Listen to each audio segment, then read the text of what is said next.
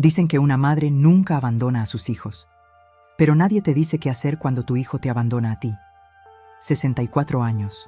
Toda una vida limpiando baños ajenos para que él pudiera estudiar. Vendí mis joyas para pagar su universidad. Comí frijoles durante semanas para que él tuviera libros. Y cuando mi esposo murió, trabajé hasta destruirme las manos para darle un futuro. Pensé que el amor de madre era eterno. Pensé que el sacrificio se honraba. Me equivoqué. Mamá, ya encontramos un asilo barato para ti. Te mudas este fin de semana. Mi propia casa. La casa que mi esposo me dejó con escrituras a mi nombre. Y mi hijo me echaba como basura vieja para darle mi cuarto a su suegra. 3,000 pesos al mes. Ese era mi valor después de 64 años de vida. Esa noche, en el silencio de mi cuarto, tomé una decisión. Porque hay algo que mi hijo olvidó. Algo que los hijos ingratos siempre olvidan. Las madres que sobrevivieron décadas de injusticia también saben pelear. A la mañana siguiente, cuando los golpes en la puerta despertaron a toda la casa, él abrió esperando ver al camión de mudanzas. Pero no era el camión. Él pensó que me echaría en silencio. Se equivocó. Esta es la historia de cómo una madre vieja e inútil le enseñó a su hijo que robarle la casa a quien te dio la vida es un delito, y los delitos se pagan. Quédate conmigo, porque lo que mi hijo descubrió ese día lo cambió todo.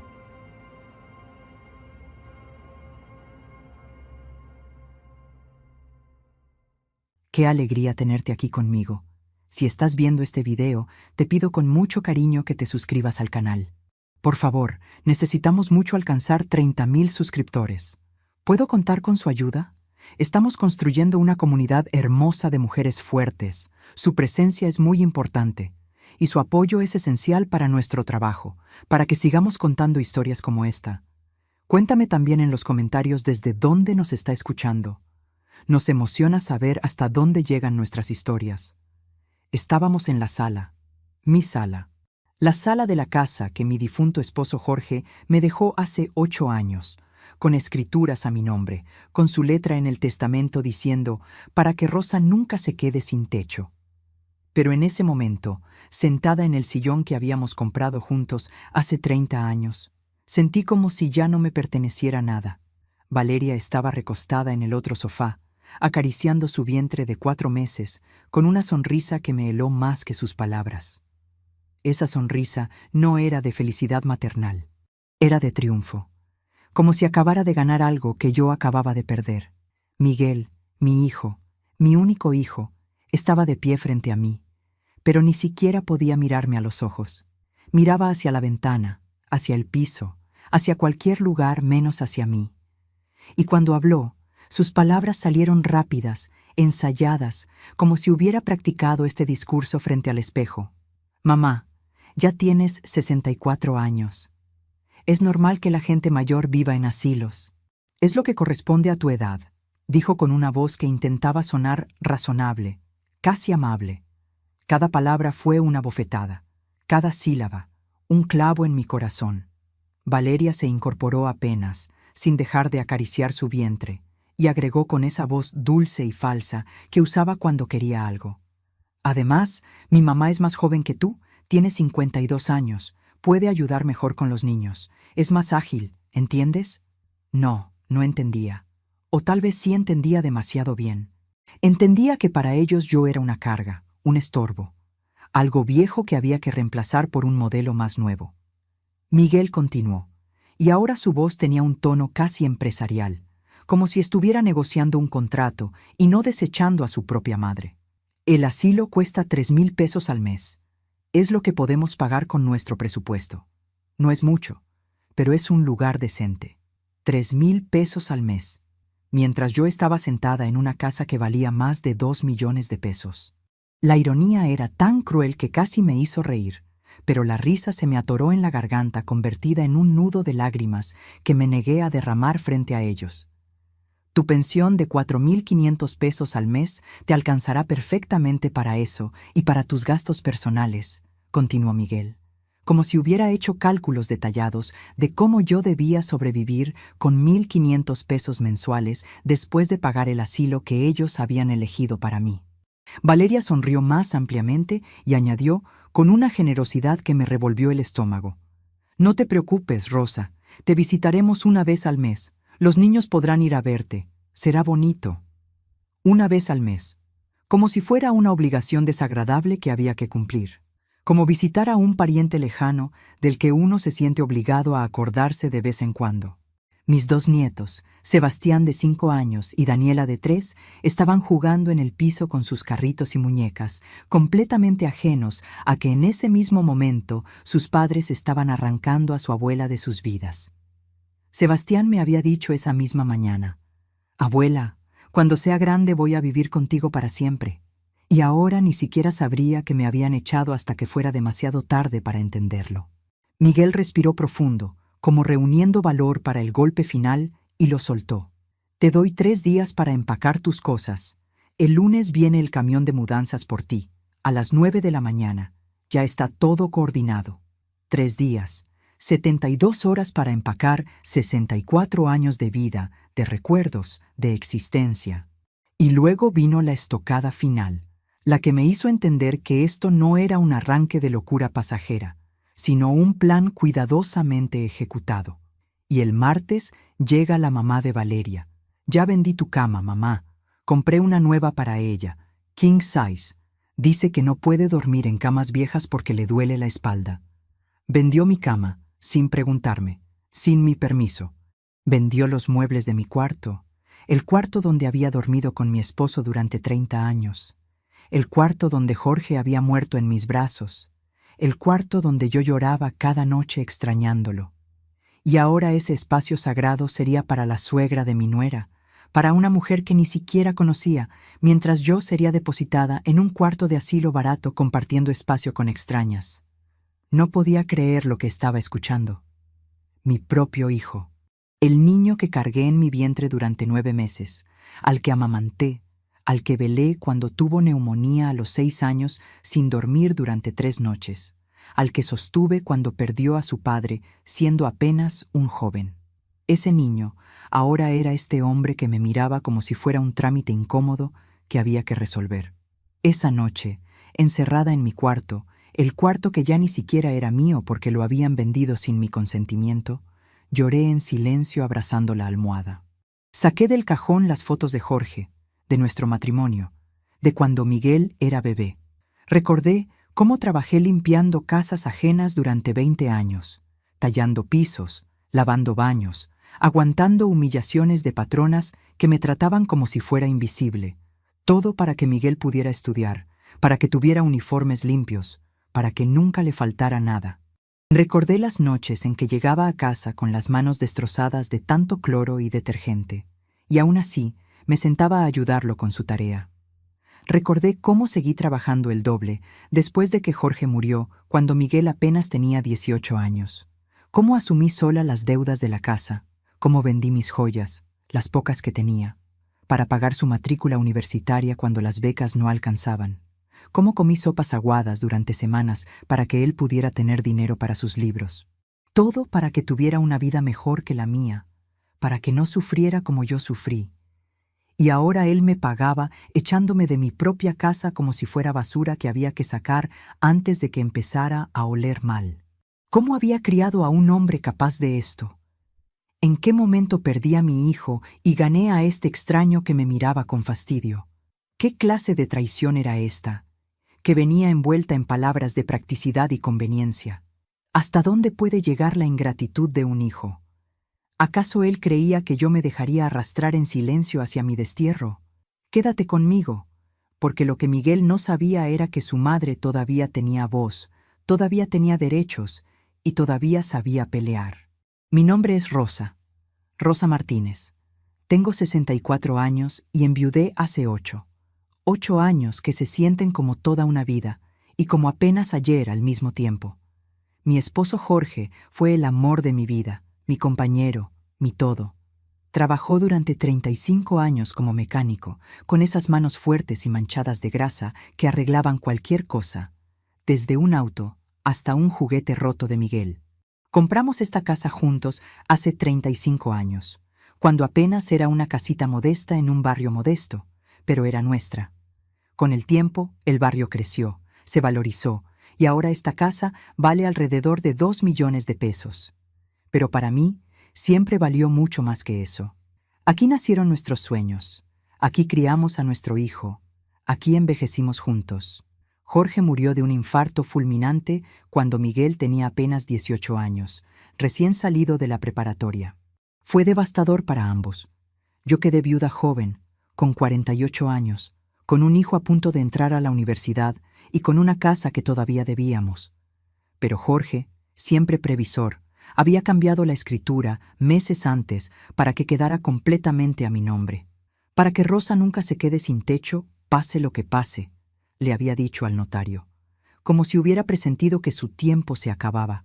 De repente me encontré sola, cargando con todo el peso de la casa, las deudas y el futuro de Miguel. Trabajé como empleada doméstica durante décadas, limpiando casas de gente que tenía más dinero que amabilidad. Después de que Jorge murió, tuve que aceptar trabajos en 3 casas diferentes a la semana para poder mantener todo.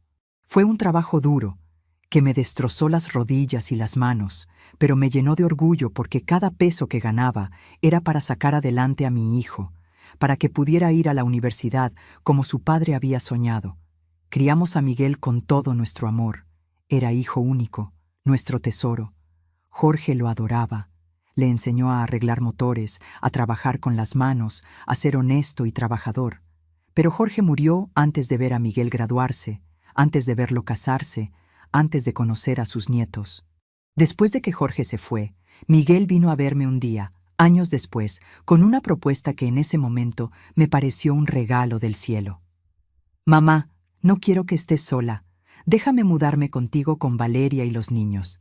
Así te cuidamos y tú puedes conocer mejor a tus nietos», me dijo con esa sonrisa que todavía se parecía a la del niño que yo recordaba. Acepté feliz, emocionada de tener compañía, de escuchar risas de niños en mi casa otra vez, de no despertar en un silencio tan denso que me ahogaba. Pero con el paso de los meses, las cosas cambiaron. Poco a poco, Miguel y Valeria empezaron a tratarme como si fuera la empleada doméstica de la casa y no la dueña. Me pedían que cocinara, que limpiara, que cuidara a los niños mientras ellos salían a cenar, al cine, de vacaciones. Al principio lo hacía con gusto, porque amaba a mis nietos y quería ayudar. Pero nunca hubo un gracias, solo exigencias cada vez mayores. Cuando intentaba pedir respeto, cuando les recordaba que también merecía descanso, Valeria me miraba con esa sonrisa fría y decía: «Deberías agradecer que te dejamos vivir aquí, Rosa. A tu edad, mucha gente está sola. Vivir aquí, como si estuviera en su casa, como si me estuvieran haciendo un favor». Les recordaba que era mi casa, que estaba a mi nombre, pero Miguel siempre defendía a su esposa. «Mamá, no seas difícil. Vivimos juntos como familia. No empieces con esas cosas», decía con un tono de fastidio que me dolía más que cualquier grito. Poco a poco fui perdiendo espacio. Primero mi sala se volvió área de juegos permanente, con juguetes regados por todos lados.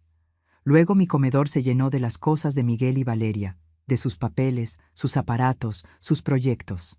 Mi cuarto era el último espacio que me quedaba, mi último refugio, el único lugar donde todavía podía sentir que algo me pertenecía.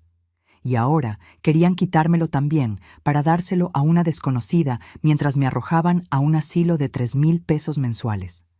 Si te está gustando esta historia, por favor, asegúrate que ya estás suscrita al canal. Necesitamos mucho alcanzar 30,000 suscriptores. ¿Puedo contar con su apoyo a nuestro trabajo? Esa noche no dormí ni un solo minuto. Me quedé despierta en la oscuridad de mi cuarto, escuchando el silencio de la casa, pensando en mi situación con una claridad que solo llega en los momentos de verdadera desesperación. Sabía algo que Miguel parecía haber olvidado, o tal vez nunca supo realmente.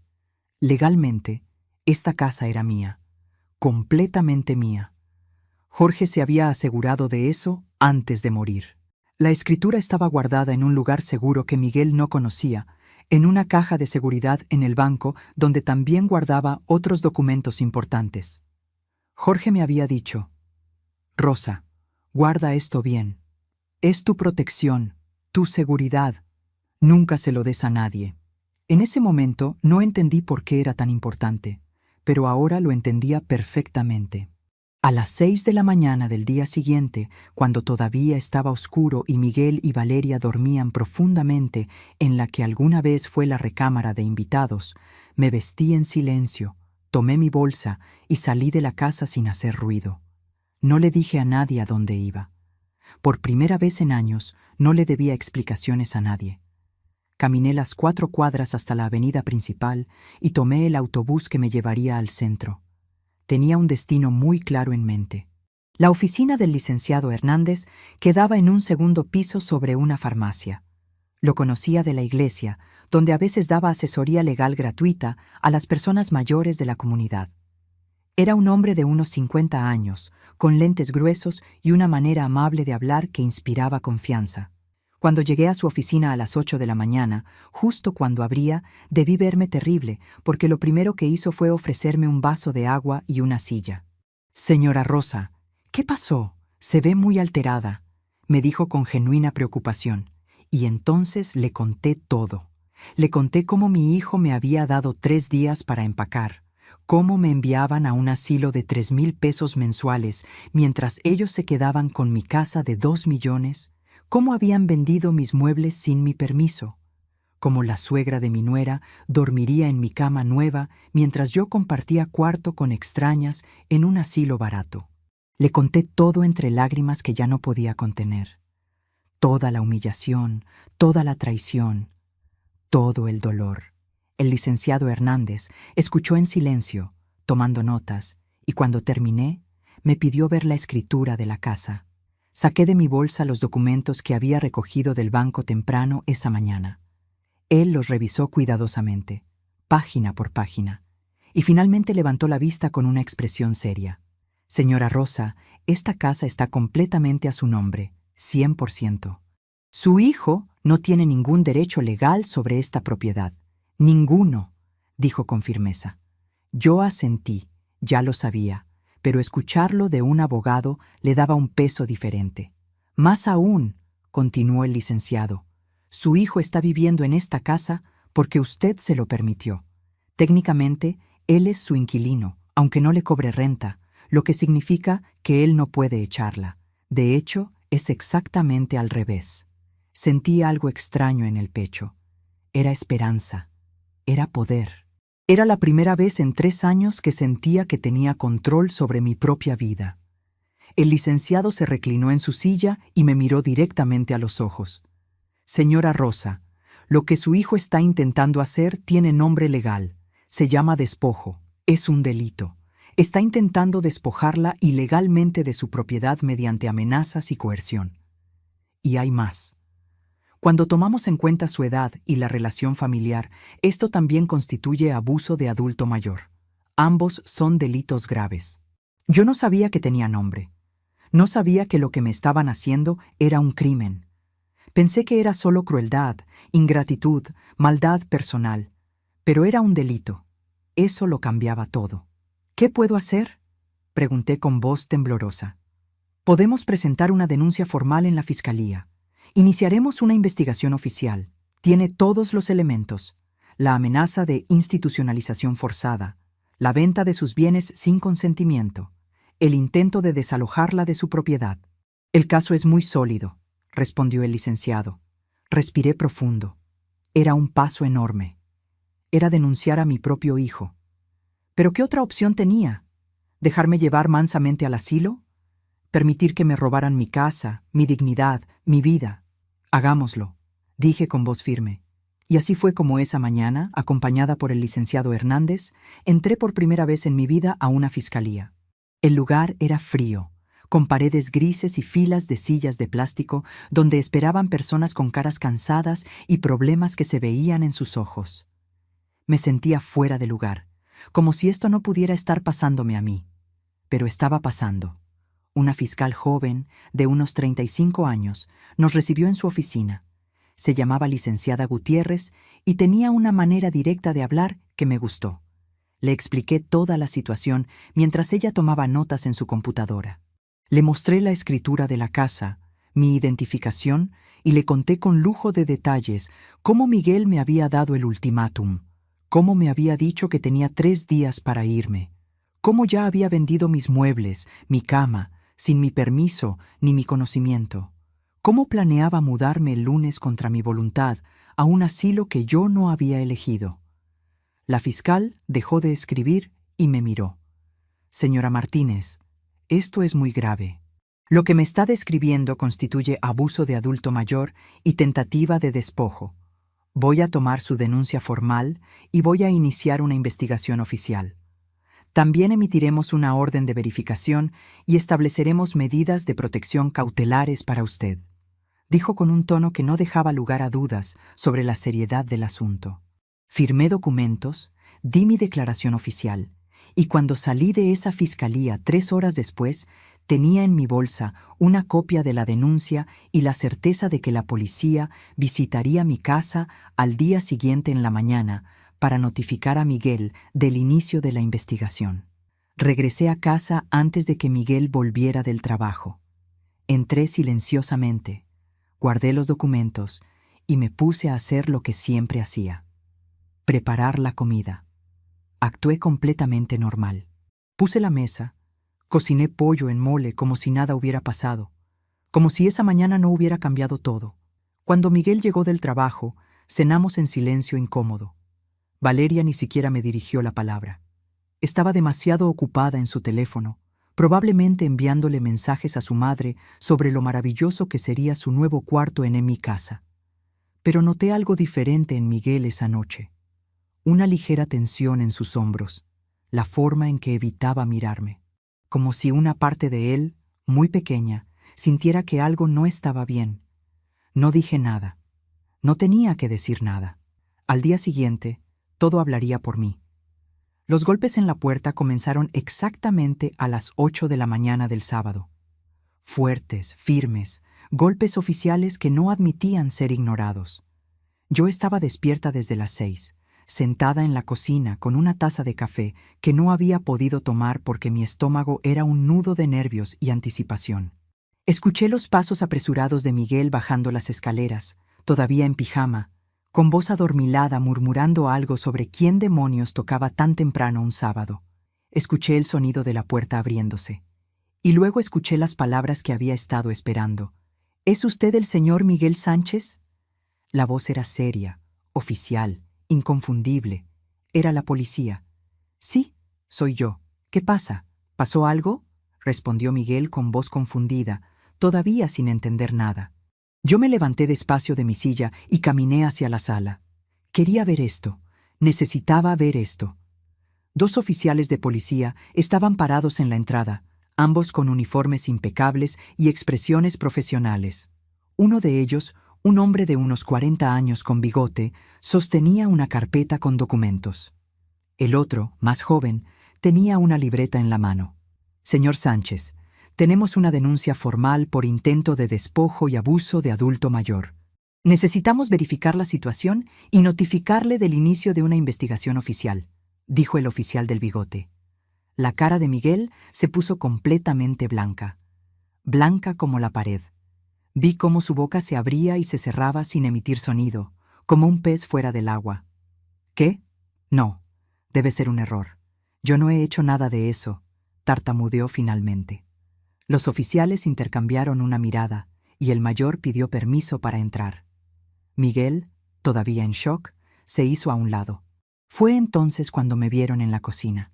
¿Es usted la señora Rosa Martínez, propietaria legal de esta vivienda?, me preguntó el oficial. Sentí que todos los ojos estaban sobre mí. El momento había llegado.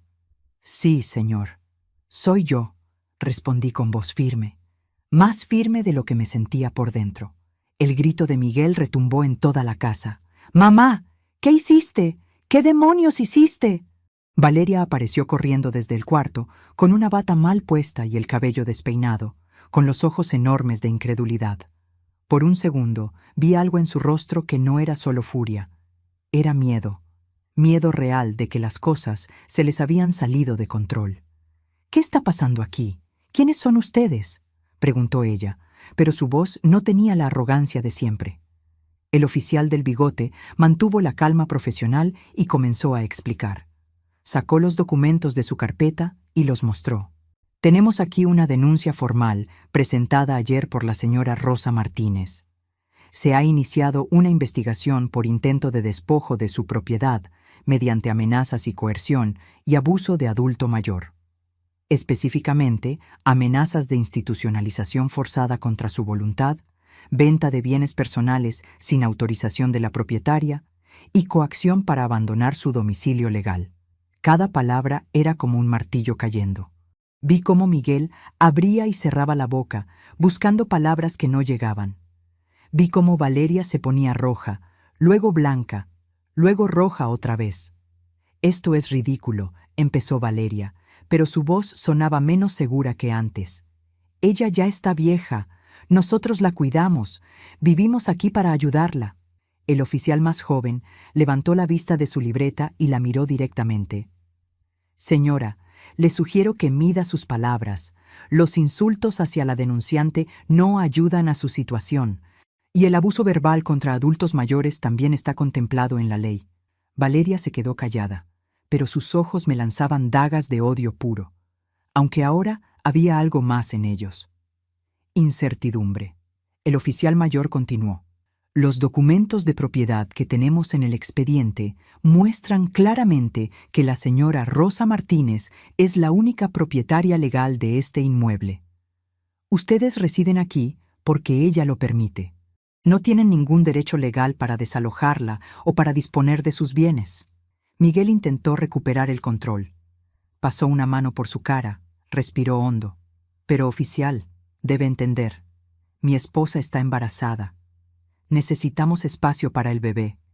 Solo queríamos ayudar a mi mamá encontrándole un lugar donde estuviera mejor cuidada». No fue con mala intención.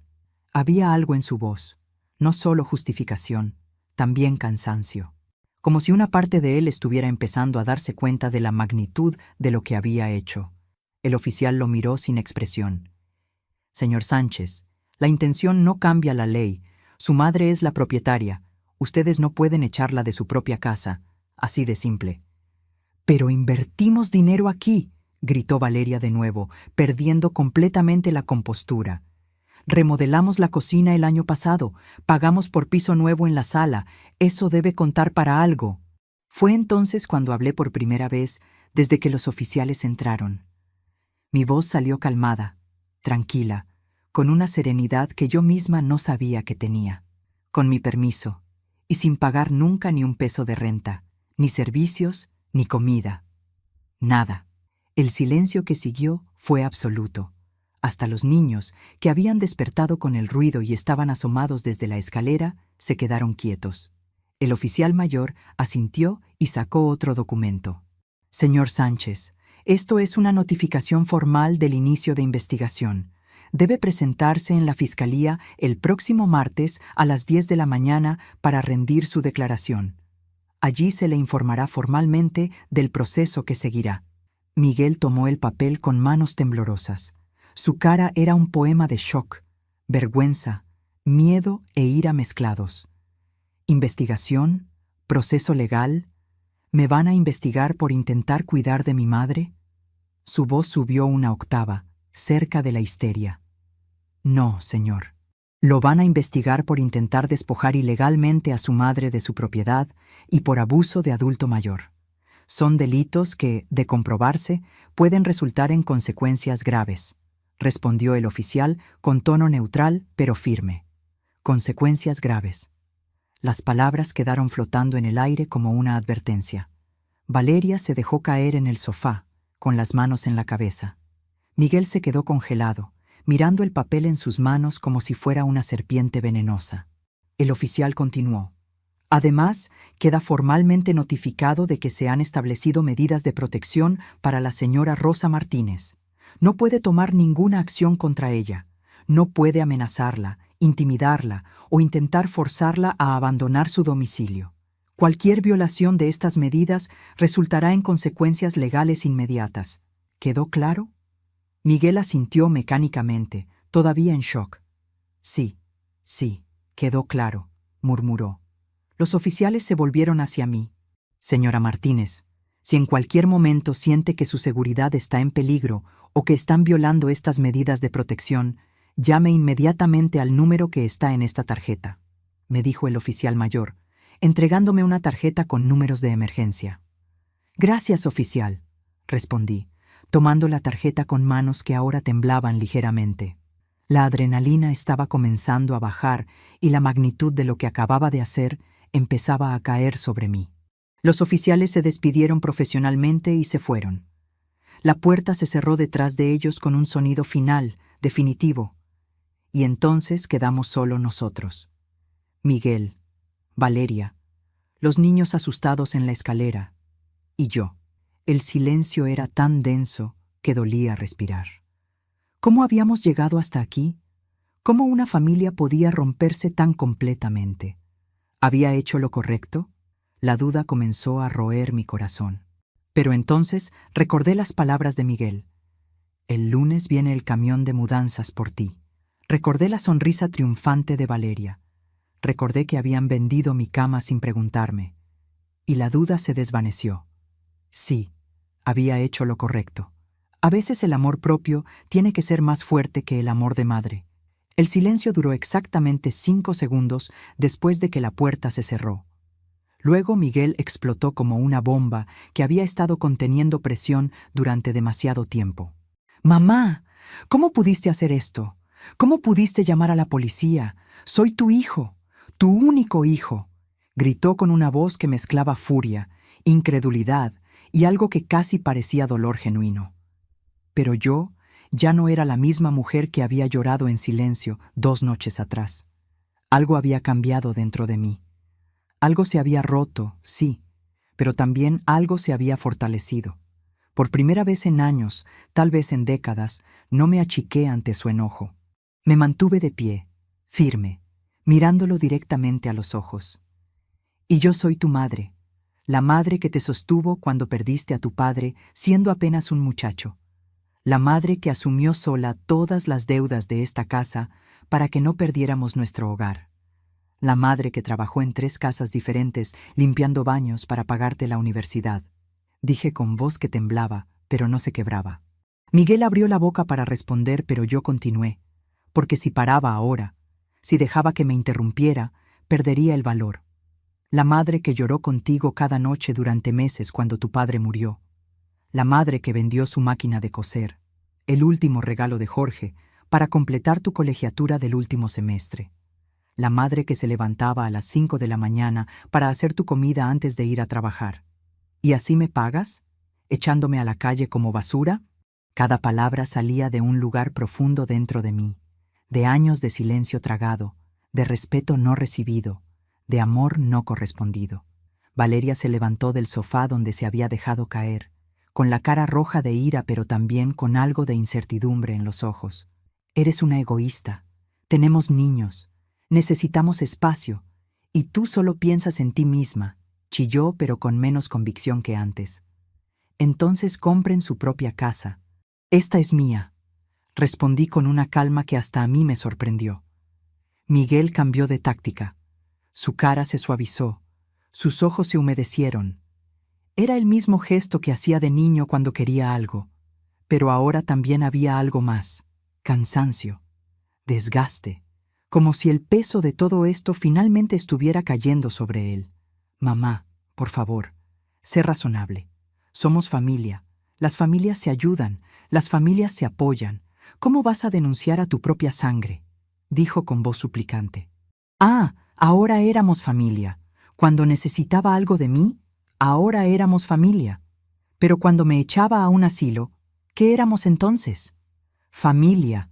Repetí la palabra como si fuera nueva en mi boca. Dices familia. Está bien, hablemos de familia. Durante 3 años me han tratado como su sirvienta. Cocino, limpio, cuido a tus hijos mientras ustedes salen a cenar, al cine, de vacaciones. ¿Alguna vez me preguntaron si yo quería salir también? ¿Alguna vez me dijeron gracias? ¿Una sola vez? Miguel abrió la boca, pero yo alcé la mano. No he terminado. Nunca un gracias. Solo exigencias, solo órdenes, solo quejas cuando la comida no estaba exactamente como Valeria la quería, Solo fastidio cuando les pedía que recogieran sus cosas de mi sala. Y ahora querían botarme a un asilo de 3,000 pesos mensuales, mientras ustedes se quedaban con en mi casa, que vale 2 millones de pesos. ¿Eso es familia para ti? Vi algo en los ojos de Miguel. Un destello de algo que podría haber sido vergüenza. O reconocimiento. Pero Valeria escupió su veneno con voz llena de desprecio. Mi mamá nos va a ayudar con el bebé. Ella sí es útil. Ella sí tiene energía. No como tú que te la pasas quejándote de tus rodillas y tu espalda. Cada palabra fue diseñada para herir, para humillar, y dolieron. No voy a mentir, dolieron, pero el dolor ya no me paralizaba. Entonces que venga tu mamá, pero a tu casa, no a la mía, respondí mirando a Valeria directamente a los ojos. Miguel jugó su última carta, la más cruel, la que sabía que me destrozaría. Su voz se volvió fría, calculadora. Está bien, mamá. Tú ganas. Pero si nos echas, si sigues con esta denuncia, no volverás a ver a tus nietos. Nunca más. Te lo juro. Los voy a criar diciéndoles que su abuela es una mujer mala que nos abandonó. El golpe fue directo al corazón. Sebastián y Daniela. Mis bebés. Mi razón de sonreír en los últimos años. La amenaza me cortó la respiración por un momento. Vi en los ojos de Miguel que lo decía en serio. Vi la satisfacción en su cara porque pensó que había ganado, que había encontrado mi punto débil. A veces confiamos demasiado en quien no debemos. ¿Alguna vez has tenido que elegir entre el amor y el respeto propio? Cuéntame qué decidiste. A veces las decisiones más difíciles son las que más nos enseñan. Las lágrimas finalmente llegaron a mis ojos, pero no las dejé caer. No le daría esa satisfacción. Respiré profundo, tragué el nudo en mi garganta y respondí con voz quebrada pero firme. Si ustedes usan a mis nietos como chantaje, entonces ustedes son quienes me los quitan, no yo. Yo estaré aquí, en mi casa, con mis puertas abiertas para ellos siempre. Pero no voy a dejarme destruir por miedo a perderlos, porque si me dejo destruir, ¿qué clase de abuela seré de todos modos? Miguel no esperaba esa respuesta. Ninguno de los dos la esperaba. Valeria resopló con desprecio. Estás loca. Completamente loca. Perdiste la cabeza con la vejez. Tal vez, respondí. O tal vez por primera vez en mi vida tengo la cabeza clara. Respiré profundo nuevamente, reuniendo el coraje para lo que tenía que decir. Les voy a dar una opción, una sola. La denuncia seguirá su curso legal porque lo que intentaron hacer es un delito y necesito esa protección. Pero les doy 2 meses para encontrar otro lugar donde vivir. 2 meses gratis, sin pagar nada, porque son mi hijo y mi nuera y porque esos niños son mis nietos. Miguel comenzó a hablar, pero yo continué. Pero en 2 meses, o empiezan a pagar una renta justa de 8,000 pesos mensuales más servicios, o se van. Esa es mi oferta, la única que van a recibir. 8,000 pesos. ¡Estás demente! ¡No podemos pagar eso!, gritó Valeria. Entonces encuentren algo que puedan pagar. Esta casa ya no está disponible gratis. Y antes de que digas que soy cruel, déjame recordarte que ustedes querían mandarme a un asilo de 3,000 pesos y quedarse con una propiedad de 2 millones. ¿Quién es el cruel aquí realmente?, respondí. El silencio cayó de nuevo. Pesado. Denso. Cargado de todo lo que ya no podía deshacerse. «Esto es abuso. Estoy embarazada. No puedes hacernos esto», gritó Valeria con voz histérica, llevándose las manos al vientre en un gesto dramático. Y yo tengo 64 años. También merezco respeto y dignidad.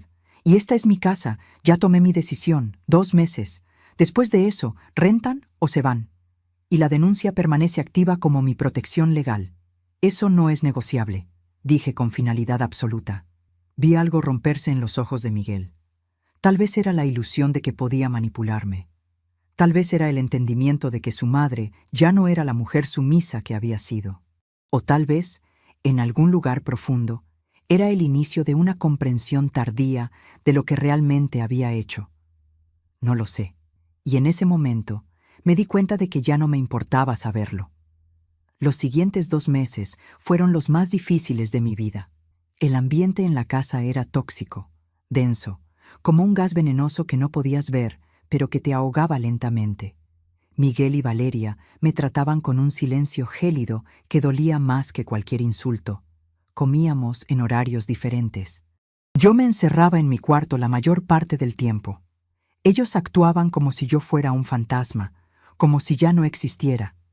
Buscaron desesperadamente otra vivienda, pero las rentas en la zona eran caras, más de lo que habían imaginado.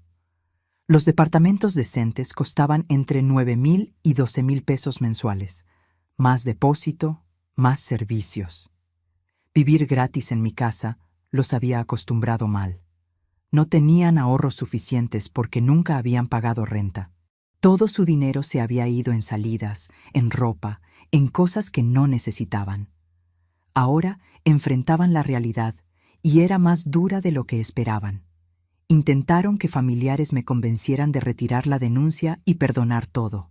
Primero vino la hermana de Valeria, con lágrimas de cocodrilo, hablando de lo difícil que era estar embarazada y sin hogar. Le mostré la puerta educadamente, pero con firmeza. Luego vino la madre de Valeria, la famosa mujer que iba a quedarse en mi cuarto. Me ofreció disculpas vacías y me dijo que yo estaba siendo cruel con mi hijo. Le recordé que ella era bienvenida a hospedar a su hija en su casa si tanto le preocupaba. Se fue furiosa, murmurando cosas sobre madres desnaturalizadas. Hasta el compadre de Miguel, su mejor amigo desde la secundaria, vino a hablar conmigo. Doña Rosa, Miguel está desesperado. Es su hijo. La familia perdona, me dijo con tono paternalista que me hirvió la sangre. ¿La familia perdona?, respondí. Dime, si después de que tu madre quedó viuda joven y trabajó destrozándose para darte educación, ¿tú la echarías de su casa para darle su cuarto a tu suegra? ¿La mandarías a un asilo barato mientras te quedas con su propiedad?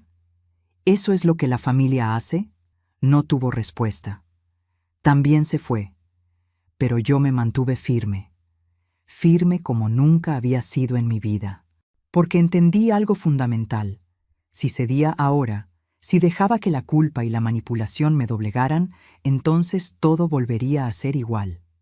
Peor aún, les enseñaría que podían pisotearme y que yo siempre perdonaría, siempre cedería, siempre me haría pequeña para hacerlos grandes a ellos.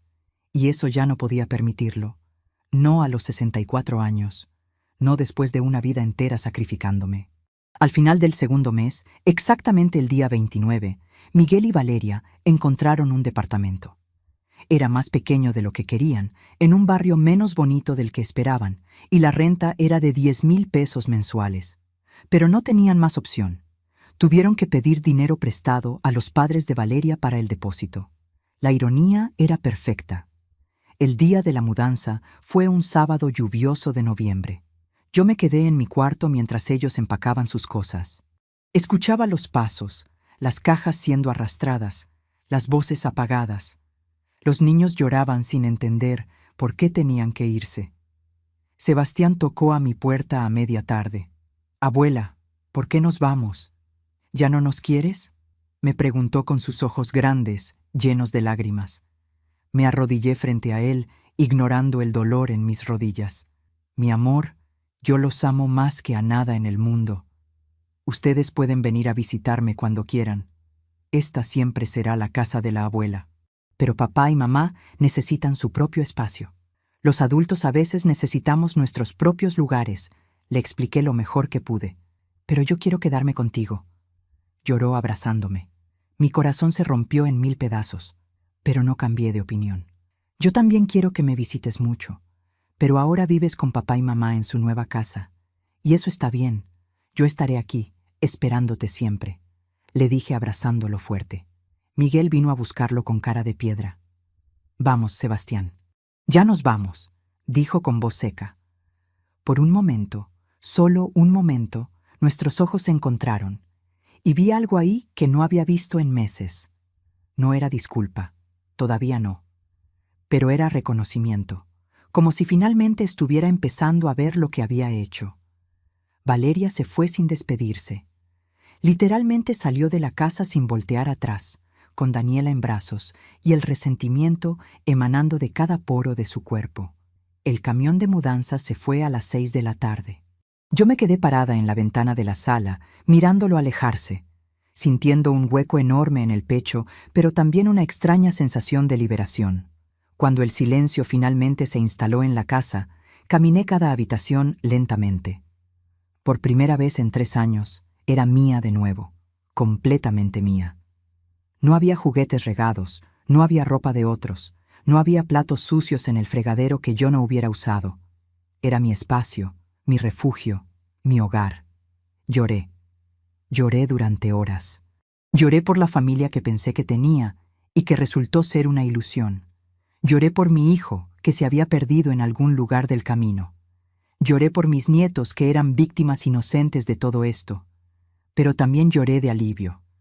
Miguel intentó cortar contacto completamente. Durante 3 semanas no supe nada de él.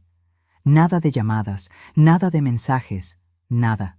Era como si yo hubiera muerto para él. Dolió más de lo que puedo expresar. Pero entonces llegó la llamada. Era un martes por la noche, casi las 11. El teléfono sonó y era Miguel. Mamá. Su voz sonaba rota, asustada, pequeña. Valeria está en el hospital. Hubo complicaciones con el parto. El bebé nació, pero ella está muy delicada en cuidados intensivos. Y la mamá de Valeria se fue. Dijo que era demasiado, que no podía con 3 niños pequeños. Mamá, necesito ayuda. Los niños están conmigo y no sé qué hacer. No he dormido en 2 días. Están asustados. El bebé no para de llorar y yo no sé cómo calmarlo. Estoy solo y no puedo más. No terminó la frase. Escuché el quiebre en su voz, escuché el llanto que intentaba contener, y mi corazón de madre, ese corazón que nunca deja de serlo sin importar cuánto te hieran, se contrajo. ¿Dónde están?, pregunté. En el departamento. Mamá, sé que no tengo derecho a pedirte nada después de todo. Sé que fui un hijo terrible, sé que te hice daño, pero por favor, dame la dirección. Voy para allá, dije antes de que terminara. Llegué a su departamento a las 11:30 de la noche. Era pequeño, desordenado, con cajas todavía sin desempacar amontonadas contra las paredes. Miguel abrió la puerta y se veía terrible. Ojos rojos e hinchados, sin afeitar, con la misma ropa arrugada que probablemente traía desde el día anterior. Olía a cansancio y desesperación. «Mamá», fue todo lo que dijo antes de que se le quebrara la voz completamente. Entré y encontré el caos. Sebastián y Daniela estaban dormidos en un colchón en el piso de la sala, tapados con una cobija delgada. El bebé recién nacido lloraba en una cuna improvisada. Había biberones sucios por todos lados, pañales usados desbordando el bote de basura, ropa regada. Era el desorden de alguien que estaba completamente abrumado. «Primero vamos a calmar a este bebé», dije tomando al recién nacido en mis brazos. Era un niño. Se parecía a Miguel cuando nació. Pequeñito, vulnerable, inocente de todo esto. Se llamaba Tomás.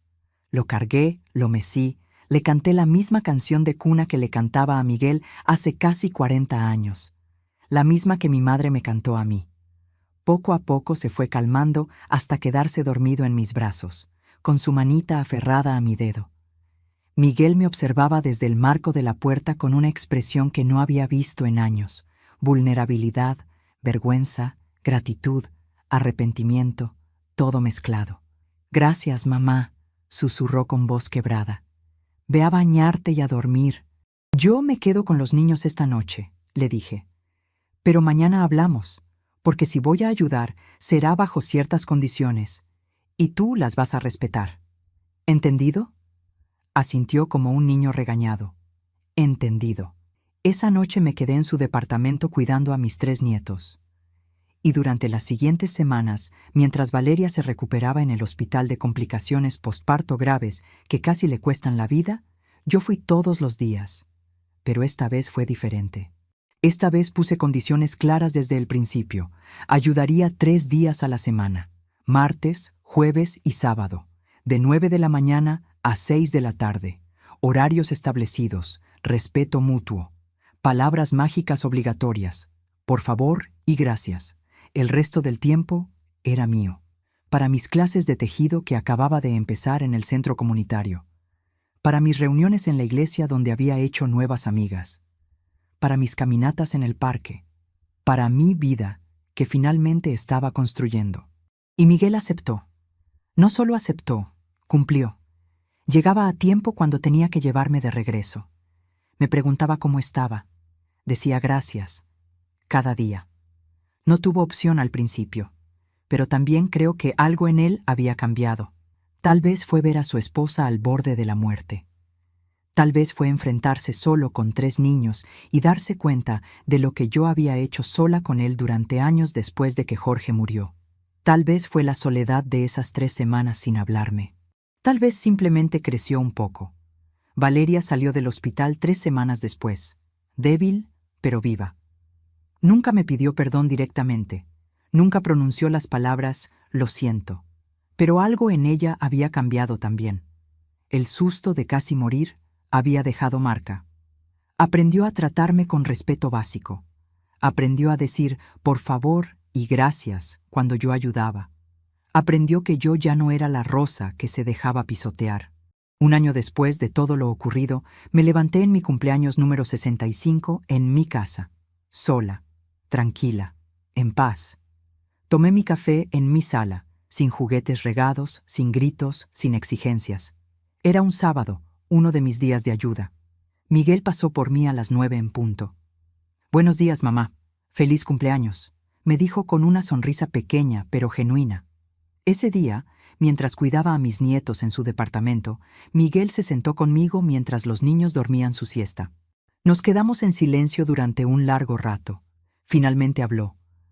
«Mamá, nunca te he dicho esto de verdad, pero lo siento. Siento haberte tratado así. Siento haber intentado echarte de tu casa. Siento no haber valorado todo lo que hiciste por mí. Fui un hijo terrible». Lo miré. Vi al hombre de casi 40 años que era mi hijo. Pero también vi al muchacho de 18 que lloró en mis brazos cuando enterramos a Jorge. «Sí, fuiste un hijo terrible», respondí sin suavizar las palabras. Necesitaba escuchar la verdad. «Pero estás intentando ser mejor. Y eso cuenta». No era perdón completo. Todavía no. Tal vez nunca lo sería completamente. Algunas heridas son demasiado profundas para sanar del todo. Pero era un inicio. Hoy vivo sola en mi casa, con dignidad recuperada. Tomo mis clases de tejido los lunes y miércoles con un grupo de mujeres maravillosas de mi edad. Voy a la iglesia los domingos, donde me siento parte de una comunidad. Tengo un grupo de amigas con las que salgo a caminar al parque los jueves y con las que puedo hablar de todo. Veo a mis nietos regularmente, los martes, jueves y sábados, bajo mis términos, y el resto del tiempo es mío, completamente mío, para leer, para tejer, para ver mis programas favoritos, para simplemente existir sin tener que justificarme. Todo empezó con mi hijo llegando del trabajo y diciéndome que me mudara a un asilo porque su suegra necesitaba mi cuarto.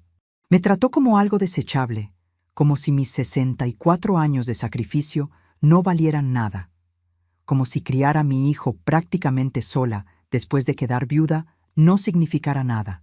Esa noche, en vez de empacar mis maletas para un asilo de 3,000 pesos mensuales, mientras ellos se quedaban con mi casa de 2 millones, tomé mi escritura de propiedad, llamé a un abogado y presenté una denuncia formal. A la mañana siguiente, cuando la policía tocó la puerta, mi hijo descubrió que su madre no era tan débil como pensaba. Aprendió que la ley protege a los adultos mayores del abuso. Aprendió que intentar despojar a tu madre de su hogar no es ayudarla, es un delito. Y aprendió que el respeto no es opcional, es obligatorio. No importa cuántos años tengas, no importa cuántos hijos criaste, no importa cuánto te sacrificaste. Si no te respetas a ti misma, nadie más lo hará. Tengo 65 años y nunca me he sentido más fuerte. Porque defender tu dignidad no es egoísmo, es supervivencia, es justicia, es amor propio necesario y urgente. Y a veces, el amor propio tiene que ser más fuerte que el amor de madre. Porque una madre que se pierde a sí misma, que se deja destruir, no le sirve a nadie, ni a sus hijos, ni a sus nietos, y definitivamente no a sí misma. Hoy miro hacia atrás Y sé que tomé la decisión correcta. Dolió. Fue la cosa más difícil que hice en mi vida, pero recuperé mi casa, mi paz, mi dignidad. Y le enseñé a mi hijo una lección que debí enseñarle hace años, que las madres también somos personas, que merecemos respeto, que no somos solo sacrificio y servicio, que tenemos derechos, límites y dignidad que debe ser honrada.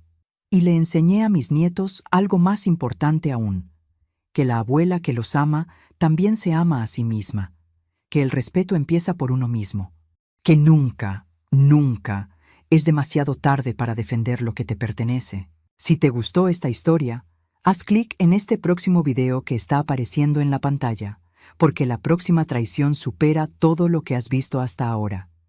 Y no te olvides suscribirte en el canal, para que no te pierdas ni una sola historia.